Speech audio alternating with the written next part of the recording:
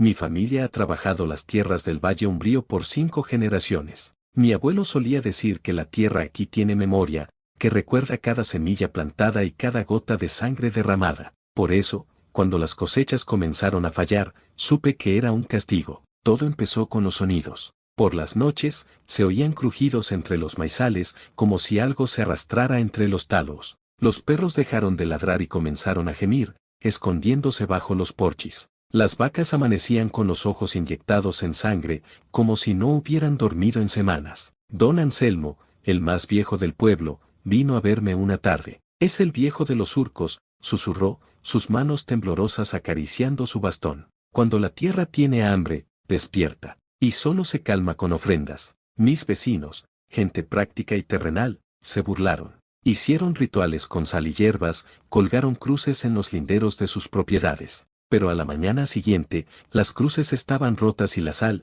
esparcida como si alguien las hubiera pateado con rabia. La noche en que desapareció el pequeño Miguel, todo cambió. Salimos con antorches y esquepates, buscándolo entre los campos. Fue mi hija Laura quien lo encontró, de pie en el centro del maizal más antiguo, cubierto de tierra húmeda y con los ojos vacíos. En su mano derecha sostenía una mazorca negra y retorcida. Él me mostró los caminos subterráneos, dijo el niño con una voz que no era la suya. Dice que pronto volveremos a ser uno con el barro. Desde entonces, las cosas han empeorado. Las plantas crecen en formas imposibles, retorciéndose como dedos huesudos. Los animales nacen con malformaciones y, a veces, con demasiados ojos. Por las noches, vemos sombras altas y delgadas moviéndose entre los cultivos, arrastrando pies que no son pies. Anoche, mi esposa despertó gritando: «Me está creciendo tierra bajo las uñas». Al encender la lámpara, vi con horror que tenía raíces grises emergiendo de sus cutículas. Hoy al amanecer,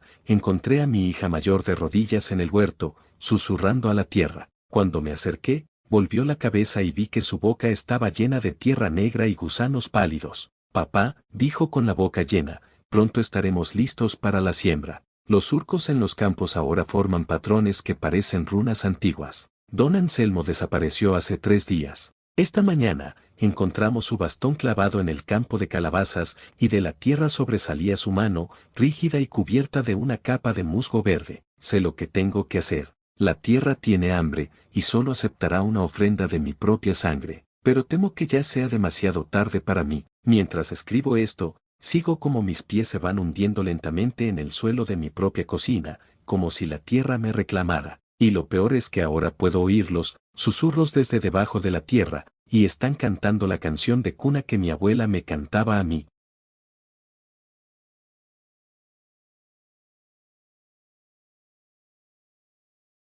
Nunca creí en las supersticiones de los viejos. Para mí, Eliseo Montenegro, la tierra era solo tierra, polvo, nutrientes y agua, un recurso que dominar, una enemiga a vencer con sudor y determinación. La finca, la esperanza, había sido el legado de 4 generaciones de Montenegros, hombres duros que arrancaron su sustento del valle con uñas y dientes. Pero ahora, en mis 70 años, he aprendido la verdad más aterradora: aquí no cultivamos la tierra, ella nos cultiva a nosotros. Todo comenzó con el gran verano, como lo llamaron después. 53 días sin una gota de lluvia, con un sol pálido y cruel que parecía chupar el alma misma del valle. La tierra se resquebrajó formando patrones que a mí me parecían naturales, pero que don Anselmo, el patriarca nonagenario del pueblo, identificaba con terror en sus ojos nublados por las cataratas. «No son grietas, Eliseo», me susurró una tarde mientras sus dedos temblorosos trazaban una de las hendiduras. «Son venas vacías. Y la tierra tiene sed, pero no de agua». Los primeros signos los notamos en los animales. Los perros, siempre alertas al menor ruido nocturno, dejaron de ladrar al anochecer. En su lugar, se arrinconaban bajo los porchis, gimiendo en un tono bajo y constante que gelaba la sangre. Las vacas de los Hernández comenzaron a dar una leche rosada y espesa, con un regusto metálico que recordaba vagamente a la sangre. Y los caballos, esos animales nobles y valientes, se negaban rotundamente a entrar en los pastos del este, sudando y espantándose como si vieran algo que nosotros no podíamos percibir. Pero el verdadero horror comenzó una noche de luna llena, cuando un sonido profundo y húmedo despertó a todo el valle. No era el viento, ni un trueno lejano. Era el crujido de la tierra misma, como si enormes huesos subterráneos estuvieran quebrándose. Salí con mi escopeta, mi corazón latiendo con fuerza contra mis costillas. A la luz plateada de la luna, el paisaje se había transformado. Los surcos que había labrado con mis propias manos durante décadas ahora brillaban con una humedad oscura y pegajosa, y de ellos emergían unos hongos pálidos y carnudos, del tamaño de un puño infantil, que latían con un ritmo lento y constante, como pequeños corazones enterrados. Don Anselmo vino a verme al amanecer, apoyado pesadamente en su bastón de fresno. Parecía haber envejecido 20 años en una sola noche. Es el viejo de los surcos, susurró, su voz apenas un susurro de hojas secas. Antes de que los Montenegros llegaran a este valle, antes de que los primeros colonos cruzaran las montañas, algo dormía aquí, algo que no es de carne y hueso, pero que tiene hambre. Me contó entonces la leyenda completa, la que su abuelo le había transmitido en susurros. Cada 50 años, la tierra despierta, y si no se le ofrece una parte de nosotros, toma todo lo que quiere. La mayoría del pueblo, gente práctica como yo, se rió de sus advertencias. Colgaron cruces de madera en los límites de sus propiedades, esparcieron sal bendita y organizaron una misa especial. Pero a la mañana siguiente, las cruces no estaban simplemente caídas o rotas por el viento. Estaban partidas limpiamente en dos, como si unas enormes tijeras las hubieran cortado. La sal había sido esparcida en intrincados patrones espirales, y en el centro de cada espiral había un pequeño montículo de tierra fresca, oscura y húmeda, que olía a tumba recién abierta. La pesadilla se materializó completamente con la desaparición de Miguel García. El niño tenía 7 años, de cabellos negros como el azabache y una risa que podía iluminar el día más gris. Una tarde de octubre no volvió a casa después de jugar cerca del arroyo seco. Lo buscamos toda la noche, nuestras antorchas formando islas de luz temblorosa en una oscuridad que parecía más espesa, más pesada de lo normal. Nuestros gritos desgarradores se perdían en el silencio del valle, como si algo estuviera absorbiendo el soncho. Fue mi hija menor, Laura, de apenas 12 años, quien lo encontró al amanecer. Estaba de pie en el centro del maizal más antiguo, el que mi bisabuelo había plantado un siglo atrás. No llevaba su ropa habitual, sino que estaba cubierto de un limo negro y brillante que se adhería a su piel como una segunda epidermis. En su mano derecha, apretada con fuerza convulsiva, sostenía una mazorca de maíz negra y retorcida, de la que goteaba un líquido ambarino y espeso. Pero lo que nos heló la sangre hasta el último hombre y mujer presentes fueron sus ojos, vacíos, sin rastro del niño alegre que había sido. Cuando su madre, María, corrió hacia él gritando su nombre entre lágrimas, Miguel abrió la boca y una voz que no era la suya, una voz compuesta del susurro de hojas secas y el crujido de ramas quebradas, salió de sus labios. Él me mostró los caminos bajo la tierra. Dice que pronto volveremos a ser uno con el barro. Es más tranquilo allí abajo. No hay hambre, no hay dolor, solo la canción. El valle entero enmudeció de terror. Nuestra resistencia práctica y racional se quebró como una rama seca. Las cosechas se volvieron una burla siniestra de la naturaleza. Las calabazas crecían con formas vagamente humanas, sus caras marcadas por expresiones de agonía silenciosa. Los tomates, cuando los cortábamos, sangraban un jugo rojo y salado que manchaba las manos durante días. Y el maíz era la peor de todas las blasfemias. Sus mazorcas desarrollaban granos que, al abrirlos con dedos temblorosos, revelaban filas de diminutos dientes blancos perfectamente formados. Las noches se convirtieron en un infierno viviente. Las sombras se alargaban de manera antinatural, moviéndose en direcciones imposibles, desafiando la lógica del fuego que las proyectaba. Empezamos a ver figuras, altas y desgarbadas, como hombres improvisados con palos y barro, deslizándose entre los cultivos. No caminaban, sino que se arrastraban con un movimiento fluido y repulsivo, dejando tras de sí un rastro de baba oscura que olía a podredumbre y tierra de cementerio. Sus pies no terminaban en pies humanos, sino en masas de raíces retorcidas y pálidas que se hundían en la tierra con cada movimiento, como si se estuvieran reconectando constantemente con su fuente. La locura, lenta pero implacable, se apoderó de nosotros. Ramón, el carnicero, un hombre siempre jovial y corpulento, enloqueció una noche y prendió fuego a sus campos. Las llamas no eran naranjas ni rojas, sino de un verde pálido y pútrido que no emitía calor, sino un frío que calaba los huesos. A la mañana siguiente, encontramos a Ramón arrodillado entre las cenizas humeantes, comiendo puñados de tierra negra con avidez, sus ojos completamente blancos, sin rastro de pupila o iris. Él habla a través del fuego, murmuraba una y otra vez. Dice que mi turno se acerca. Mi propia familia no fue inmune a la corrupción que se filtraba desde la tierra. Mi esposa, Clara, la mujer más sensata que he conocido, comenzó a despertar gritando en medio de la noche, diciendo que sentía la tierra moviéndose bajo nuestra cama, que escuchaba susurros que venían de debajo de las tablas del piso. Una noche, su grito fue tan desgarrador que salté de la cama, convencido de que alguien había entrado en nuestra habitación. Me está creciendo tierra bajo las uñas, Eliseo, chilló, mostrándome sus manos. Al encender la lámpara de aceite, un horror glacial me recorrió la espina dorsal. De sus cutículas emergían finas raíces grises, que se retorcían y enredaban entre sus dedos con un movimiento ciego y deliberado. Pero el golpe más cruel, el que partió mi ya quebrantado corazón, vino con mi hija mayor, Isabela. La encontré una madrugada, de rodillas en el huerto familiar, el lugar donde de niña había plantado sus primeros girasoles. Estaba susurrando, sus palabras un mantra hipnótico y gutural que no pertenecía a ningún idioma humano. Cuando me acerqué, mi corazón se detuvo en el pecho, volvió la cabeza lentamente,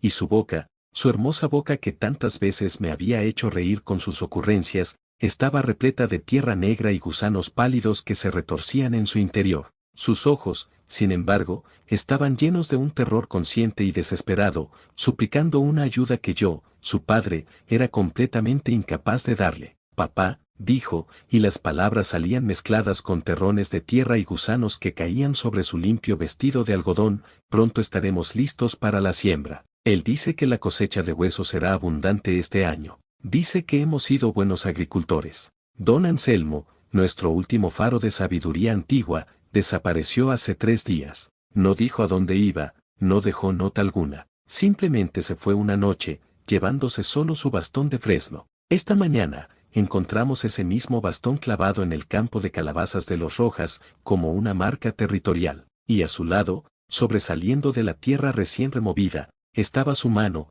ya rígida por la muerte, cubierta de una capa de musgo verde vibrante que parecía palpitar suavemente. Nadie intentó desenterrarlo. Sabíamos, con una certeza instintiva y profunda, que era inútil. La tierra había reclamado lo que era suyo. Ahora, mientras escribo estas palabras a la luz vacilante de una vela, sé lo que debo hacer. La tierra tiene hambre, y don Anselmo tenía razón, solo se calmará con una ofrenda voluntaria. Es el pacto antiguo, el que mi bisabuelo ignoró y por el cual ahora pagamos todos. Mientras trazo estas letras en la última hoja de papel seca que me queda, siento como las tablas del suelo de mi cocina ceden bajo mis pies. No es mi imaginación, no es el cansancio. Es una realidad tangible y aterradora. Mis botas se hunden lentamente, como en arenas movedizas, pero es tierra negra y húmeda, la misma tierra que he trabajado, maldecido y amado toda mi vida, y ahora me reclama como su derecho de nacimiento. Y lo peor, lo que me hace anhelar la inconsciencia que se apoderó de Ramón el carnicero, son los susurros.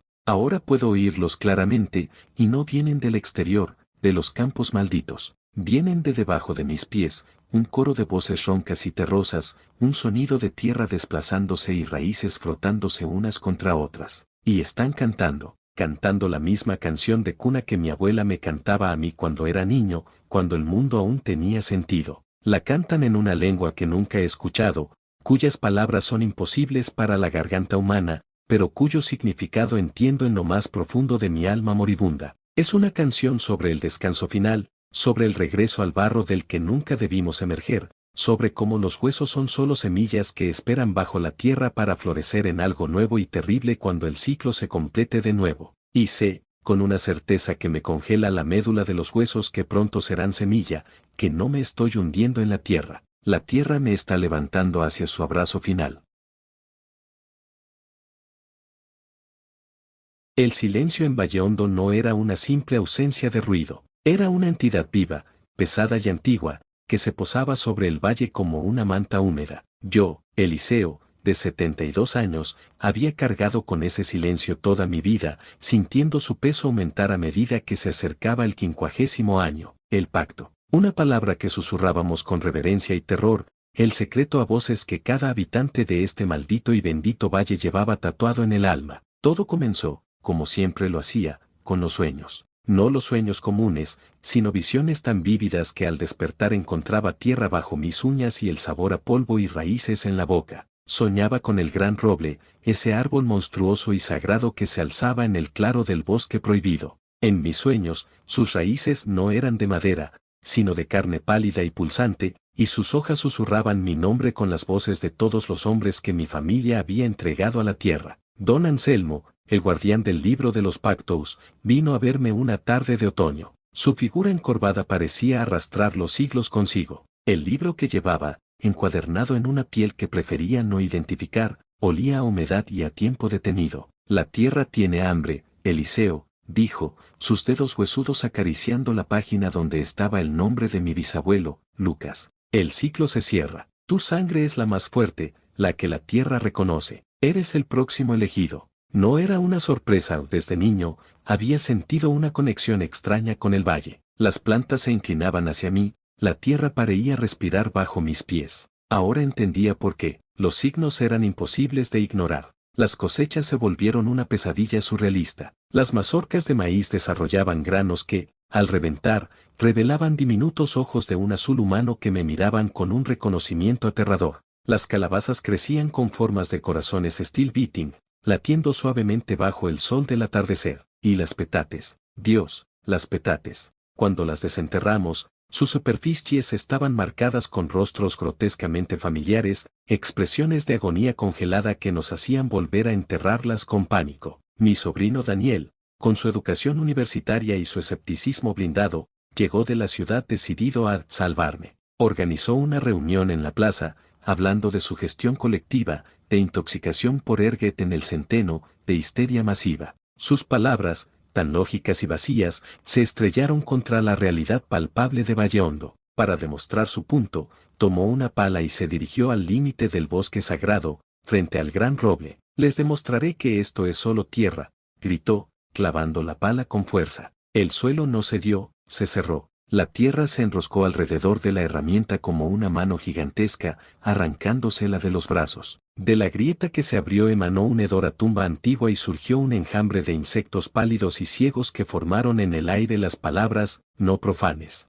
Daniel retrocedió, pálido como la muerte, y esa noche, unas marcas de raíces negras comenzaron a trepar por sus piernas, un recordatorio viviente de que algunas verdades no se pueden academiciar. El ritual de preparación fue un suplicio de 40 días. Cada amanecer, debía caminar descalzo hasta el claro, sintiendo como la tierra se estremecía de placer bajo mis pies desnudos. Las raíces del gran roble comenzaron a extenderse hacia mi casa, serpenteando a través de los campos como venas de algún dios subterráneo. Por las noches, las visiones se intensificaban. Ya no solo soñaba con mis antepasados, sino que me hablaban, me mostraban el valle a través de sus ojos, me hacían sentir la paz orgánica que siguió a sus sacrificios. No es el fin, Eliseo, decía la voz de mi bisabuelo Lucas, que ahora sentía más cercana que la de mis propios padres. Es la mayor comunión. Te volverás la lluvia que bendice los campos, la tierra que acuna las semillas, la raíz que sostiene la vida. Serás el guardián de Vallehondo.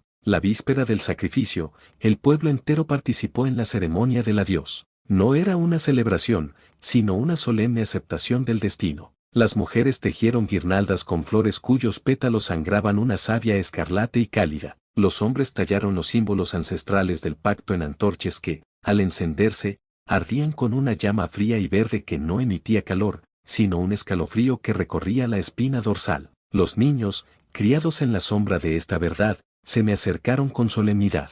Cada uno llevaba un pequeño frasco de cristal lleno de tierra de su hogar. Para que no te sientas solo en la oscuridad, tío Eliseo, me dijo la pequeña Lucía, de 7 años, con una tristeza que no debería habitar en unos ojos tan jóvenes. La noche del ritual, me vestí con la túnica ceremonial. Estaba tejida con las fibras de una enredadera que solo crecía en la base del gran roble y estaba impregnada de una esencia que olía a bosque primigenio, a hongos, a raíces trituradas y a algo indefiniblemente antiguo. Al salir de mi casa, el camino hacia el claro estaba flanqueado por una doble hilera de hongos bioluminiscentes que pulsaban con un ritmo lento y constante, sincronizado con el latido de mi propio corazón. El gran roble era una catedral de pesadilla y maravilla. Sus raíces, gruesas como troncos, se movían con pereza reptiliana. Su corteza, al acercarme, mostraba con claridad aterradora los rostros de todos los elegidos anteriores, preservados en la madera como en un retrato colectivo. Vi a mi bisabuelo Lucas, sereno,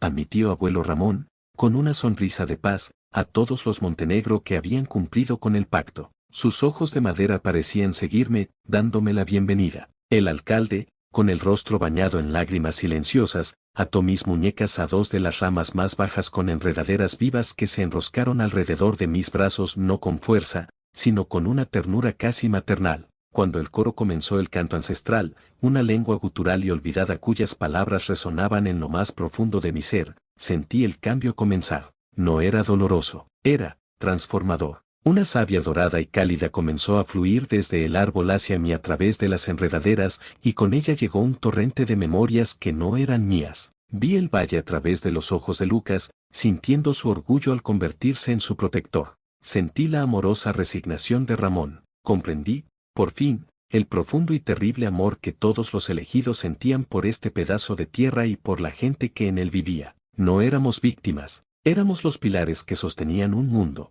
Entonces, la tierra bajo mis pies se abrió. No fue un colapso violento, sino una apertura suave, como un útero gigantesco preparándose para el parto. Comencé a descender lentamente, envuelto en un abrazo de raíces y tierra fértil. Las raíces del árbol tejiendo a mi alrededor un capullo perfecto, sellándome en la matriz del valle. Dentro de esta cámara de transformación, el tiempo perdió todo significado. Mis recuerdos personales, el rostro de mi esposa, la risa de Daniel de niño, el sabor del primer fruto que coseché, comenzaron a entrelazarse con la historia misma de Valle Hondo. Sentí cada vida que había florecido aquí, cada alegría, cada dolor, y sobre todo, la gratitud profunda y silenciosa de la tierra por cada sacrificio que había mantenido el frágil equilibrio. Ahora, ya no soy solo Eliseo Montenegro, soy la lluvia que nutre los campos de maíz. Soy la tierra negra que acoge las semillas en su seno. Soy la red de raíces invisibles que sostiene los cimientos de cada casa en el pueblo. Mi conciencia se expande a través de cada centímetro del valle. Desde esta existencia nueva y vasta, veo a Daniel, ahora convertido en el más ferviente guardián del pacto, explicándole a su propio hijo pequeño la belleza y la necesidad del ciclo. Siento las próximas generaciones crecer, sus risas y sus llantos vibrando en la tierra que ahora es mi cuerpo. La hambre de la tierra se ha calmado, por ahora, pero en las profundidades del subsuelo, donde mi esencia ahora reside, puedo sentir el lento y pesado despertar del próximo ciclo. En mis sueños de savia y raíces, de tierra y piedra, el velo del tiempo se levanta y vislumbro, 50 años en el futuro, el rostro del próximo elegido. Es un niño que hoy juega inocente en los campos, el hijo de Daniel, que lleva en sus ojos el mismo destello de conexión con el valle que una vez tuve yo. Y sé, con la certeza absoluta de la tierra misma, que cuando llegue su momento, él también entenderá. Entenderá que algunas verdades son más grandes que una sola vida, que el amor por un pueblo y su tierra puede trascender el miedo a la muerte, y que en el corazón de cada tradición oscura late el instinto primordial de supervivencia. Valle Hondo perdura, generación tras generación, porque comprendió la verdad más profunda, que para preservar la vida, a veces hay que entregar una vida a la tierra que nos sustenta. Y yo, Eliseo, ahora soy tanto el dador como el regalo, el protector y la tierra protegida, en un ciclo eterno y silencioso.